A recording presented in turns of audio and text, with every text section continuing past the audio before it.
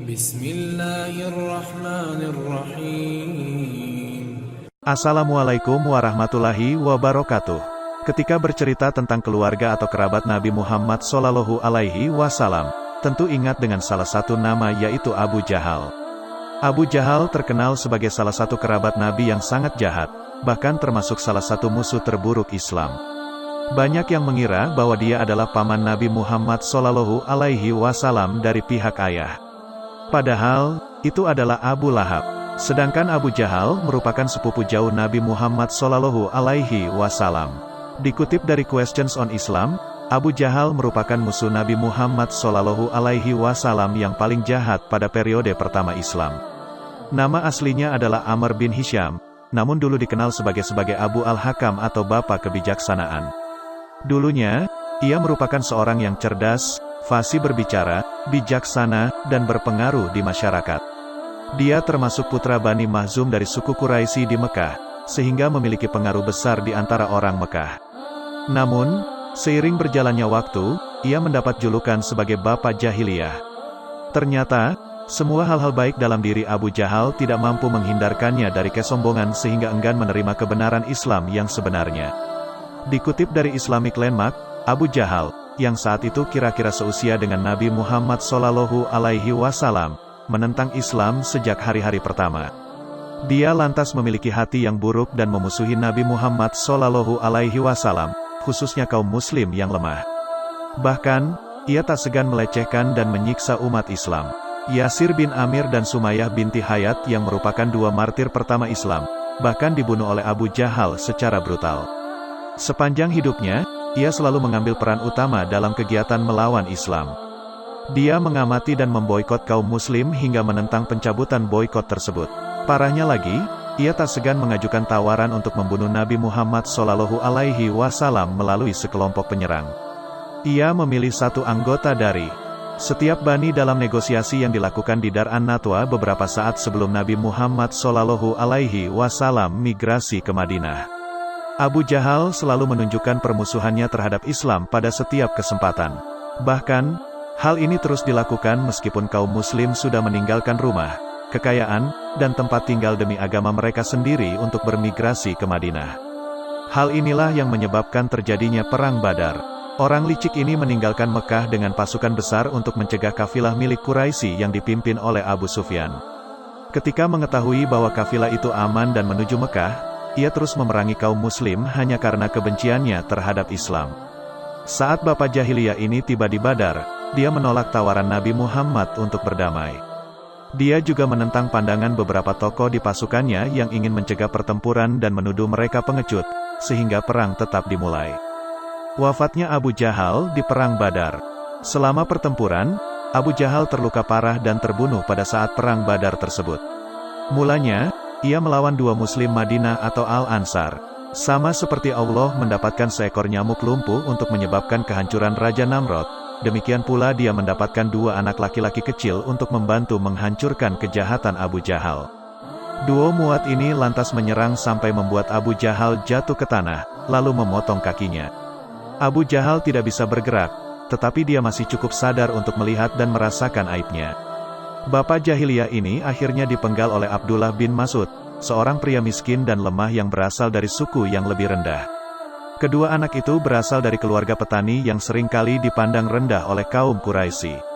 Ketika Perang Badar berakhir, Abdullah bin Mas'ud melihat Bapak Jahiliyah ini menghembuskan nafas terakhirnya dan tewas.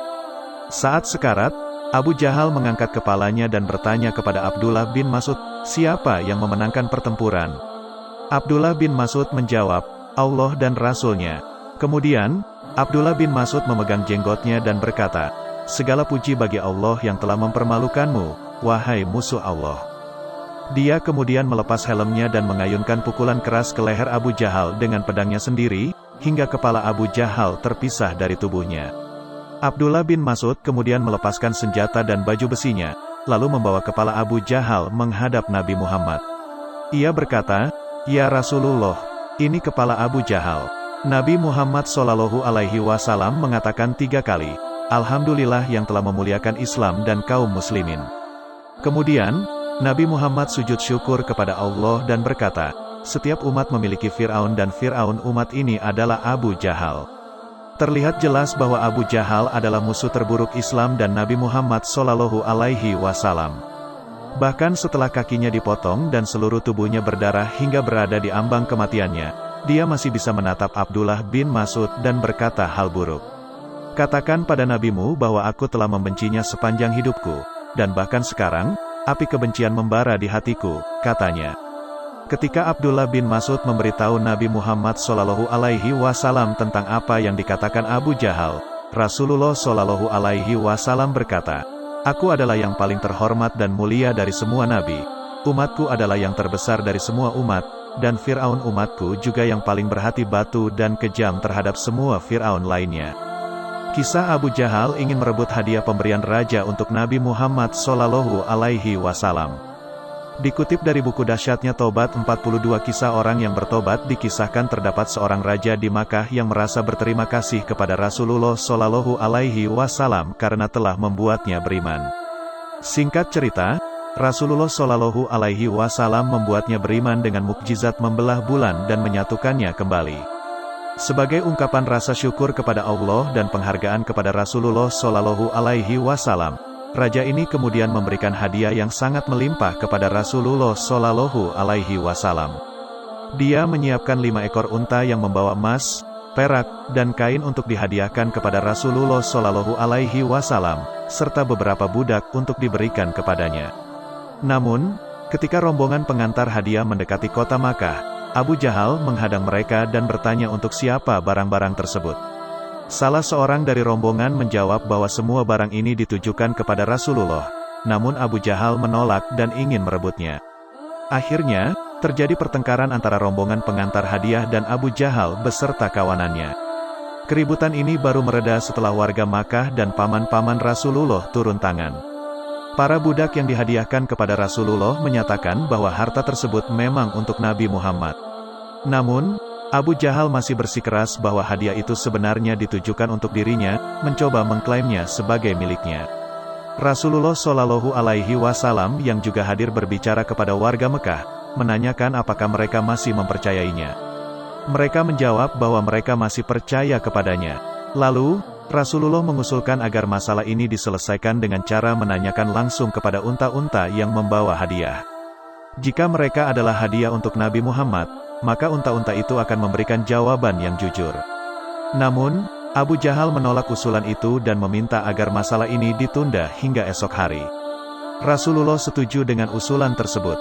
Keesokan harinya, Abu Jahal pergi ke kuil berhala dan berdoa dengan penuh kesungguhan kepada berhala-berhalanya sampai pagi hari, berharap untuk mendapatkan dukungan dari berhala-berhalanya. Namun, ketika matahari terbit, seluruh penduduk Mekah berkumpul di tempat hadiah-hadiah dari sang raja. Rasulullah juga hadir di sana. Abu Jahal tampil dengan penuh percaya diri dan meminta unta-unta itu untuk berbicara atas nama berhala-berhalanya, yaitu Lata, Uzza, dan Manat. Tidak ada satupun dari unta-unta itu yang memberikan jawaban seperti yang diminta oleh Abu Jahal. Bahkan, salah satu unta secara luar biasa berbicara dengan suara yang nyaring dan dapat dipahami oleh semua orang yang hadir. Ia mengatakan bahwa mereka adalah hadiah dari sang raja yakni Habib bin Malik untuk Muhammad SAW. Setelah itu, unta tersebut dibawa oleh Rasulullah ke Gunung Abu Kubais. Semua isi muatan emas, perak, dan kain dilulukan menjadi satu tumpukan. Rasulullah menyatakan kepada tumpukan hadiah yang berharga itu, "Jadilah kalian tanah." Lalu, dengan ajaib, emas, perak, dan kain yang berasal dari hadiah Habib bin Malik berubah menjadi tanah, dan keajaiban itu masih menjadi kenyataan sampai saat ini. Kisah Abu Jahal yang terpesona dengan Al-Quran yang dibacakan Nabi Muhammad SAW. Sebenarnya, Abu Jahal merasa takjub dengan Al-Quran. Akan tetapi, karena gengsi dan kesombongannya, Abu Jahal tidak mau terang-terangan mengakuinya. Sampai akhirnya apa yang dia sembunyikan itu terbongkar. Suatu malam Abu Jahal keluar secara diam-diam ke rumah sepupunya Rasulullah SAW. Dia mendengar bacaan Al-Quran sepupunya itu, dan tanpa terasa terangnya subuh mulai menggulung gelapnya malam. Merasa khawatir tindakannya diketahui orang lain, Abu Jahal pulang dengan langkah yang hati-hati. Akan tetapi takdir Allah mempertemukan dia di perjalanan dengan dua temannya, yaitu Abu Sufyan dan Al-Ahnas bin Syuraik. Sungguh mengagetkan sekaligus menggelikan, ternyata mereka baru saja melakukan hal yang sama, mendengar bacaan Al-Quran Rasulullah Shallallahu Alaihi Wasallam. Mereka bertiga pun tak dapat lagi menyembunyikan rasa malu mereka. Akhirnya mereka sepakat untuk tidak lagi mengulangi perbuatan mereka. Namun nyatanya, malam kedua mereka kembali lagi. Mereka mengingkari janji mereka lagi. Dan Allah pun mempertemukan mereka kembali di jalan, semakin malulah mereka. Lalu mereka membuat janji lagi untuk tidak mengulanginya. Di malam ketiga, mereka tetap ingkar janji. Mereka datang kembali untuk mendengar bacaan Al-Quran Rasulullah Shallallahu Alaihi Wasallam di rumahnya. Dan mereka pun berpapasan lagi untuk yang ketiga kalinya. Mereka mulai saling menyalahkan satu sama lain. Akhirnya, berjanji lagi, dan lagi. Masing-masing mereka berjanji akan mengakhiri perbuatan mereka itu. Kejadian itu membuat Ahnas bin Syuraik bertanya-tanya, kenapa bisa terjadi seperti itu? Ahnas bin Syuraik tidak bisa menahan dirinya untuk meminta pendapat tentang apa yang dirasakan oleh kedua temannya. Ia pun pergi ke rumah Abu Sufyan. Ceritakan padaku wahai Ahnas bin Syuraik, apa yang kamu rasakan saat kamu mendengarnya dari Muhammad, tanyanya. Abu Sufyan menjawab, wahai Abu Sufyan, demi Allah, aku telah mendengar sesuatu yang aku tahu maknanya. Dan aku juga mendengar sesuatu yang aku tidak tahu maknanya. Ahnas menimpali, dan aku, demi Allah, juga merasakan hal yang sama. Merasa mendapat Ahnas kesan yang sama dari Abu Sufyan, Ahnas meneruskan langkahnya ke kediaman Abu Jahal. Wahai Abu Jahal, apa yang kamu rasakan saat mendengar dari Muhammad, tanyanya. Abu Jahal menjawab, apa yang aku dengar. Dengan gaya diplomatis dan rasa gengsi yang tinggi ia berkata, kita telah bersaing dengan keturunan Abdu Manaf dalam kemuliaan. Mereka memberi makan orang, kita pun memberi makan orang. Mereka menolong orang, kita juga menolong orang. Mereka memberi, kita juga memberi. Sampai kita kalah seperti halnya tadi malam. Seolah kita adalah kuda yang tergadaikan. Ahnas berkata, aku tak perlu basa-basimu. Sekarang jelas, telah datang seorang nabi dari bangsa kita, yang telah diberikan wahyu kepadanya. Kapan kita menyambut kesempatan yang emas ini? Dengan sombongnya Abu Jahal berkata, demi Allah kita tidak akan mengimaninya dan membenarkannya. Kisah Abu Jahal memberikan pelajaran tentang keteguhan iman dan keberanian yang diperlukan dalam menghadapi tantangan dan musuh-musuh dalam perjalanan kebenaran. Meskipun Abu Jahal adalah contoh dari kekejaman dan permusuhan, Islam tetap mendorong pengampunan dan kasih sayang kepada semua orang, bahkan kepada mereka yang sebelumnya memusuhi agama tersebut. Setelah kemenangan dan penaklukan Mekah pada tahun 630 Masehi, Nabi Muhammad Shallallahu Alaihi Wasallam menunjukkan sikap pengampunan yang luar biasa terhadap para musuhnya, termasuk keluarga Abu Jahal.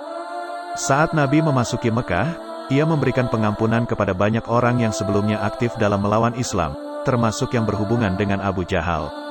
Salah satu contoh menakjubkan adalah ketika Nabi Muhammad Shallallahu Alaihi Wasallam memberi pengampunan kepada Hindun, istri Abu Sufyan yang dulu sangat membenci Islam dan pernah melakukan tindakan kejam terhadap tubuh Hamzah, paman Nabi.